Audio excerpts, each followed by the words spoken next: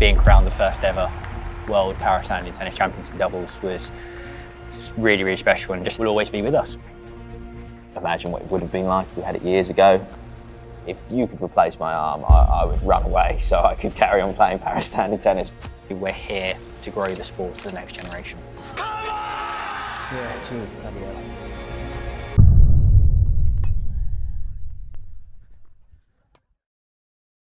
I'm Ross Cudmore, I'm 27 years old. I'm co-director of a tennis coaching company down in Hastings called Breakpoint Tennis. I'm a father of two. I was born with what they call Erb's palsy. It was a brachial plexus injury during birth. So I have little to no movement of my left arm and around the shoulder. Wasn't made for this filming, though. No. Posture's too bad, I'm like this. Shrimp. My stupid mates, that you can quote them as stupid friends. Everyone's got stupid friends, haven't they? And they are my stupid friends, Spud and Matt. And they're brilliant because they just have no fear of anything half the time. Well, we've known each other for like, what, 16, 17 years? 50, yeah. Well, year 7 at school, and we're all around 27 now, so a little while. Oh, he's a bit of a grumpy bugger, in all honesty, for the camera. Ross and I, we were at the pub, and we would just talk about tennis for hours, and Matt would just sit there awkwardly. Learned to love it. Yeah. I think it makes a massive impact. Silly people who are just a bit positive, you know, it doesn't have to be that serious. Matt Grover, 31 years of age. I work for the Lawn Tennis Association, national governing body for tennis in Britain, as the wheelchair pathway manager. I have right-sided hemiplegia mild cerebral palsy, which is a coordination, muscle and functionality impairment, just affecting the right-hand side of my body. When I was growing up, my parents threw me into every single sport. I played tennis against players that had no impairment, no disability, and kind of saw it as like, I have this, my impairment doesn't define who I am. If anything, it's impacted more positively. So often when people ask, has it impacted your life, they're assuming negative, what's the problem? It has affected my life massively, but in so many good ways, where my friends always joke, you know, you'd be a really average tennis player, but you're a brilliant para-standing tennis player, and I've had many opportunities that I would say arguably I probably never would have had without having one arm. And now it's like, if you could replace my arm, I would run away so I could carry on playing para-standing tennis. Actually, Spud said, he's like, I reckon you'll like Matt when you meet him. He's like as tennis as you are. And I was like, he's probably not, but and we met and I was like, I think he's more tennis than me. But I think from that, we've actually formed a quality friendship. I think the catalyst for disability in para sport was London 2012. Like the first time where it was at the forefront of everyone's minds, there was packed stands, packed stadiums at the Paralympic Games. And I think from then on, it's actually started to snowball. There was an exhibition at the 1988 Seoul Paralympics before its full inclusion into the Paralympic programme in Barcelona in 1992, to where it is now, where you're seeing a fully integrated tour on the ITF circuit. It's all the Grand Slams. The slams are now doing junior slams and role models within the sport that they could look up to, like Alfie Hewitt, Gordon Reid, Andy Lapthorne, Lucy Schuker, Jordan Wiley. It's only going to get bigger. But if we're looking at para standing tennis, it's so inclusive, so accessible. There's no adaptation needed. You don't need to have any special equipment. Because of that platform and how the sport is moulded around those key pillars, it should be so easy just to slot in and integrate, because it is there. It's high quality, it's a fan engagement sport, it's an attractive sport. So why can't we get to there?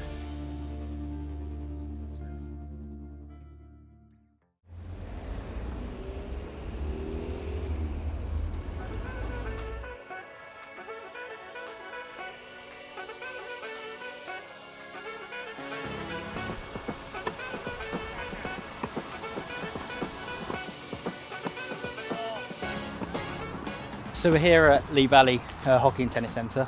We're here for a para standing tennis regional competition.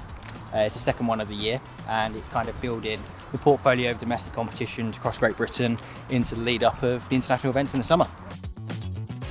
Ultimately for us, like, the goal is always going to be the World Championships in Barcelona in June. So this is just all about getting match practice under the belt, building up to end of June. Ross is living his lovely life in Cyprus at the moment, so I'm sure he's training out there. But no, yeah. So he's out in Cyprus, but hopefully when he gets back, we obviously got grass court coming up, and then we're going to train a few bits and bobs before we head out to Barcelona.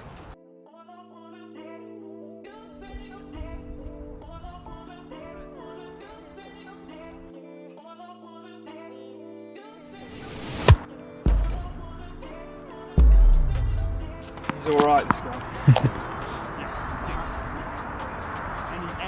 Yeah, I'm happy with my place. Now on to the finals.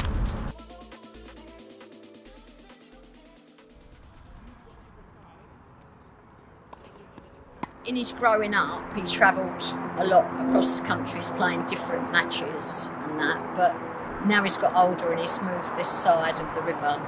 I don't get to see him an awful lot. I just think it's amazing what he's achieved through his growing up, and I have to be careful not to shout. Just get told to be quiet, Mum. My husband and I repainted a tennis court on the lawn at the back, and we used to play tennis in the back garden, but no, right from an early age he played tennis. Yeah. He loved tennis. He loved sport in general, and it's just like missing those conversations now about sports. And we used to moan. Mum and Dad together were just two individuals that just took me everywhere. They wouldn't care what the barrier was. They made it happen.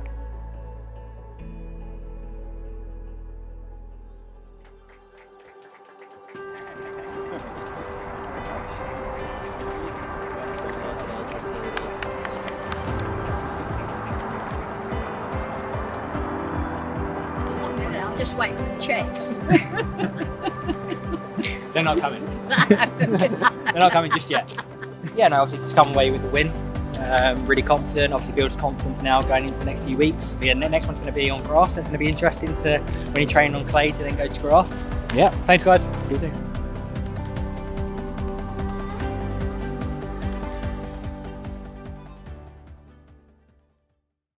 There's pretty standard criteria for being a Paralympic sport. You need to have a proper classification system.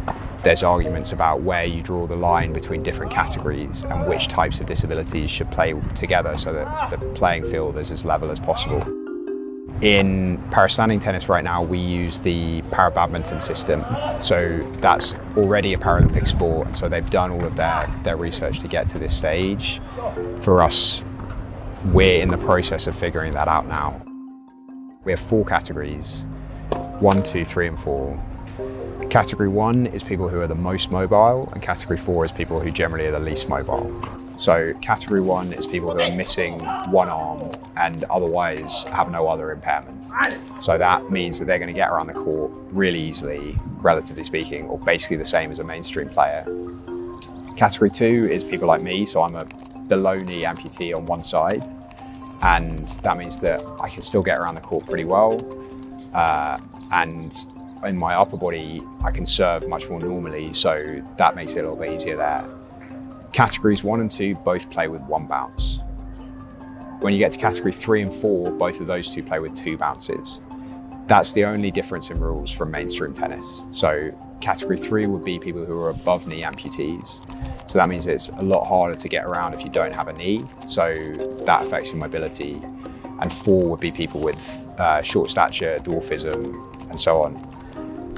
Then there are people with cerebral palsy who also play, and they tend to split between category 2 and category 3. So it depends on the severity of your CP. As the sport gets more and more well developed, the stakes get higher, the rewards get bigger. You need those kind of systems in place, and you need to make it easy for people as well.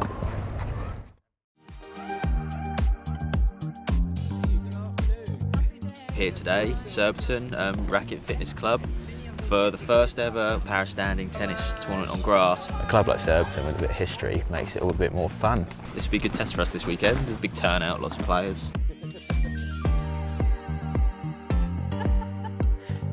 My name's Adam Hills. I am a parastanding tennis player and part-time comedian. I've always wondered if there was a way of playing tennis against people with disabilities like mine. I've got a below knee prosthesis and was always told that if I wanted to go to the Paralympics, I had to play in a wheelchair. And tennis in a wheelchair just wasn't the way I played it. So my name's Georgia Routledge. I'm from Norfolk. I recently turned 21 and I'm the current PST3 world champion. So I have cerebral palsy on the right side of my body. Having this level playing field is it's been amazing. What I've found with parastanding tennis is that there are already parastanding tennis players around the world who don't know about the sport. Do you know what I mean? There's all these people have come out of the woodwork since we've started talking about it and making it public. There was a guy in Sydney who lived in outback Australia, turned up to a come and try day and went, just got one arm and went, mate, I've been playing against my mates for years. I didn't realise I could play against people like me. And that's exactly it. There's all these people out there and now they've realised, oh, hang on, there's a place for us. I feel like people ask me a lot, you know, why do you think there's not enough women? Yeah, having someone to play with just is going to hopefully get more women in. Obviously growing up, I wish I had the same sort of thing. You know, you had wheelchair players to look up to, but it's not the same. I don't want to, not to sound horrible, I don't want to look up to someone in a wheelchair because I'm not in a wheelchair. You know, I want someone who's similar. So yeah, I absolutely hope that I can sort of be a trailblazer and help push it and help get more women in and also just more players. We just want everyone. No, it's okay. I just thought we were at 6 minutes. Sorry, my bad. And I met with the British Paralympic Association and they said, you need basically a certain amount of people around the world playing it. You need to have a really robust classification system and you need to have a really good ranking system. So we're putting the last two in place and what we need is more people to play it, basically. But eventually, we want Paralympics and we want Grand Slams.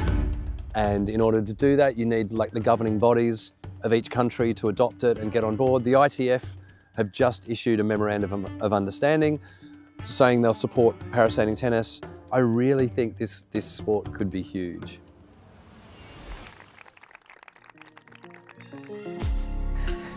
Let's do it, man. Simple tennis. Dive on grass, he's going to do it? Oh, mate. I think I'm broken enough as it is. Good. Me. Short little volley on grass is the best. It's the way to play grass courts.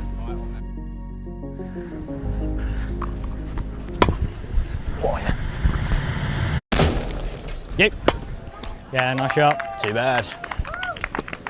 He's the only player so far who's been smart enough to serve straight to my backhand. Yeah, I know. He just showed like 10, like so good, like he's tennis brain at 10. It's so amazing. He knows what's going on, yeah. You know, look at him. He's 10 and he's hitting like that. The next Paralympics that parastanding tennis could possibly be in is 2036, at which point he'll be 21, 22. Like you might be looking at the first Paralympic gold medalist in parastanding tennis. We didn't know anything about Paralympic sport when we were growing up. So I think that's for us, just putting ourselves out there and actually being those individuals with the passion, with the ambition to grow the sport and have that powerful influence on coaches, on new players, on families that may see sport as a barrier. Why not? All of a sudden, it seems really, really realistic.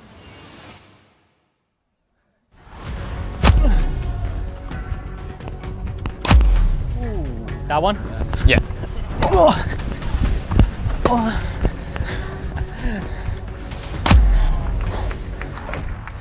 Okay. Yeah. Well played, guys. Luke, good stuff. We got that way. Hey, mate. Good play. Well played. Enjoy that. Some fun. And the winners of the doubles final, Matthew and Ross.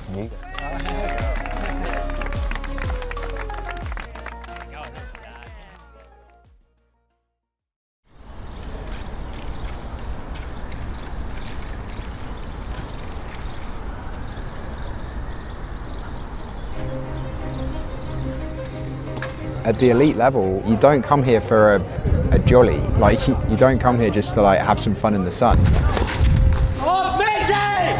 You come here because this is serious sport. And hopefully no one fights each other.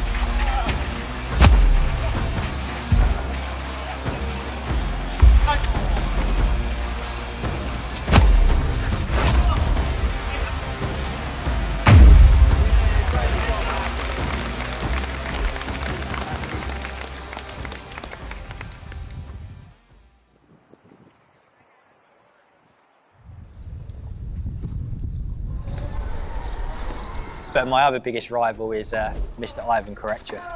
Varn is a tactical machine. It's pressure's all on him. From Spain, Barcelona, home city, brothers here. I've got nothing to do. I'm just going to go free swing. Really close tie break. Blimey, Ross. Done time.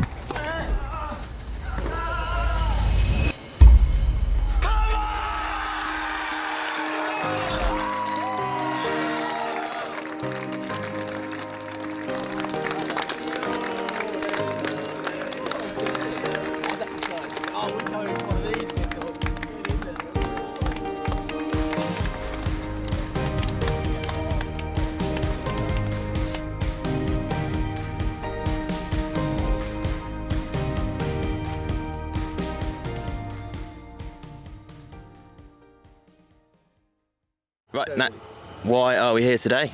Well, we're here at, sorry, let me start that again. Matt, world champion Matt by now, are we at this point? World champion here, Matt.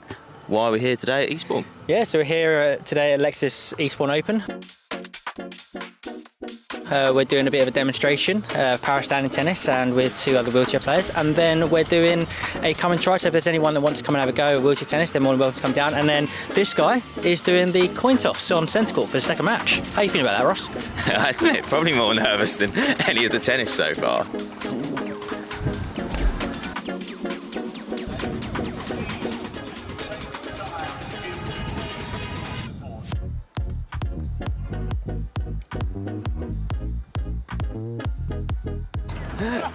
Like try and grip the racket. If you want to use racket, you want to grip 4 fingers underneath. And I know there's going to be people there already. That I know, people that I coach. Like, we're going to be there on that day. Like, we're going to come and watch. To start to show them what it is really all about. Yeah, it's really exciting.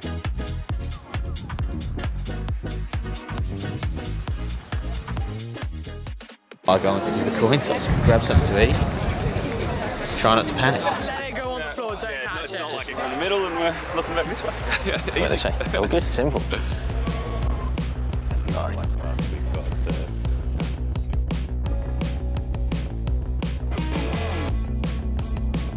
For Ross to actually go and do the coin toss on court 1, actually seeing people in the stands, and actually people knowing and hearing about the sport and his successes last year as 2024 European and World Doubles Champion, it's fantastic to see.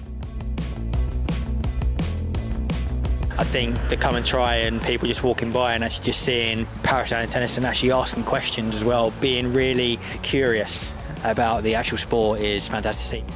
As well, actually, the #1 question we got was probably, what match is this? You know, people just thought it was part of the tournament, which was cool, especially the kids. They were like, oh, what match is this? What's your name? Are you famous?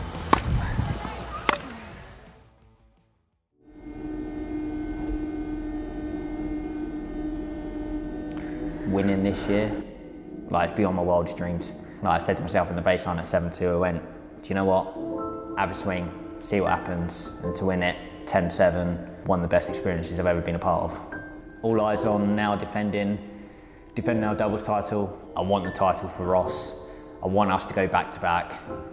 and was going to give it everything. Obviously, I've been having trouble with my knee this week.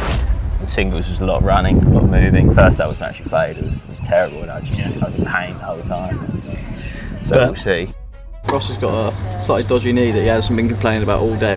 Could definitely pose a problem. We went to get some lunch and Ross was limping up the stairs, but hopefully he'll be alright. Where there was no pressure last year, it was just more fun. Like, the doubles was just a laugh, and then all of a sudden we're in the final going, oh, hang on a minute, we're going to win this. Everyone's looking at us as the defending champs, so the pressure's on us.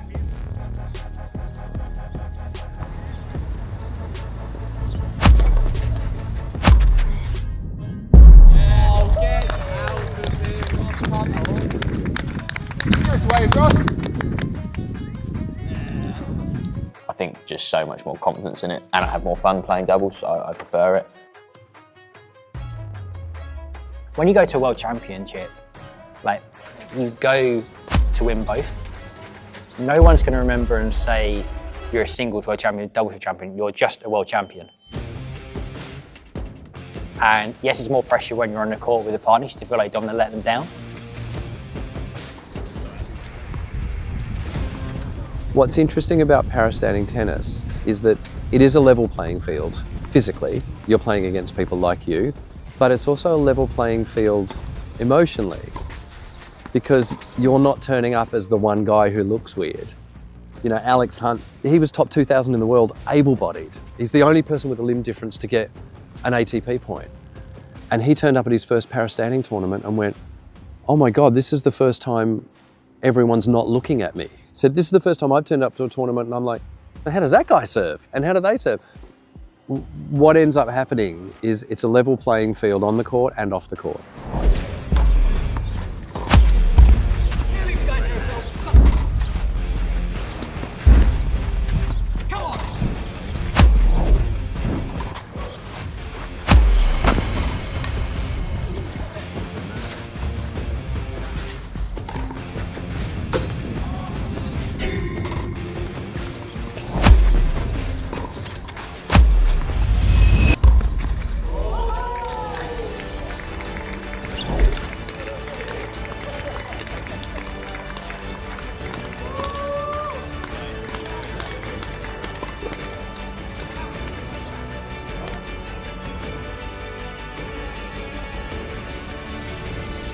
For me, the priority is the number of people that we have playing and the experience that those people have, not just at the highest level events, but also locally being able to play with other people like them as easily as possible in the place that they live.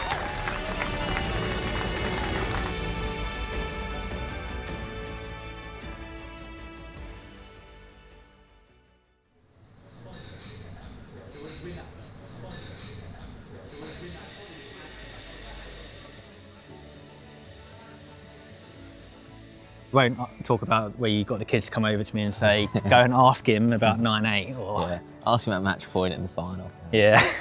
Is it since we last saw each other that they released that it's kind of the official ranking system now? They're just putting that together. Yes, yeah. These could all be like, these would be tournaments, wouldn't they, where you'd be looking at ranking points and big ranking points for someone like Eastbourne. Yeah, like an international one. It all starts to feel a bit more real, doesn't it? We're not just sort of playing as exhibitions. There's going to be a real purpose to it.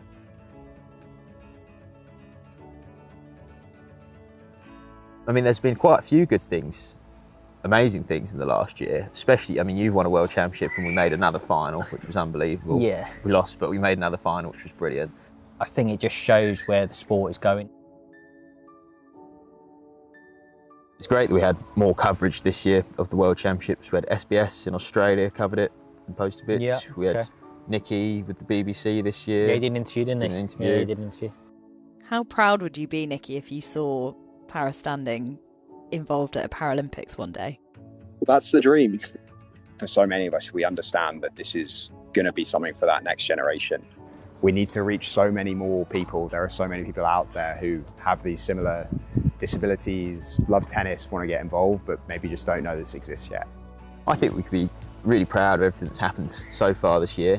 And there's still more to do this year. We've got the next tournament that's going to be on the biggest stage, an international stage at the US Open. Like them having 16 players this year, having female players there for the first time this year is a step in the right direction. And for it to be happening alongside the tennis event, the wheelchair tennis event, it just shows that greater inclusion and accessibility that para-standing tennis deserves to be on that platform. Just keep talking about para-standing tennis. It's like a new CrossFit, you know. Do you know how you know if someone does CrossFit? They'll tell you, right? I think we're at a stage where I think personally it's about to boom. And with more national associations, more players, national governing bodies coming on board, more tournaments, pathway opportunities, the world is endless and the opportunities are going to be endless. Every time I see disability sport, it just blows me away a little bit more to realise what it actually does for people. And I don't think you can really know that until you see it. We don't know who the best para-standing tennis player in the world is yet. They may well be out there somewhere and they just haven't heard about the sport. When you see someone adapting to, you know, what they have or haven't got, it's, you know, it's incredible to watch. But we're all there for the same purpose. We're there to grow the sport. Yes, we're there to compete and win against each other, but we all revert back to we're here to grow the sport for the next generation. There's going to be opportunities for players to do incredible things across the board that I don't think I can even put into words.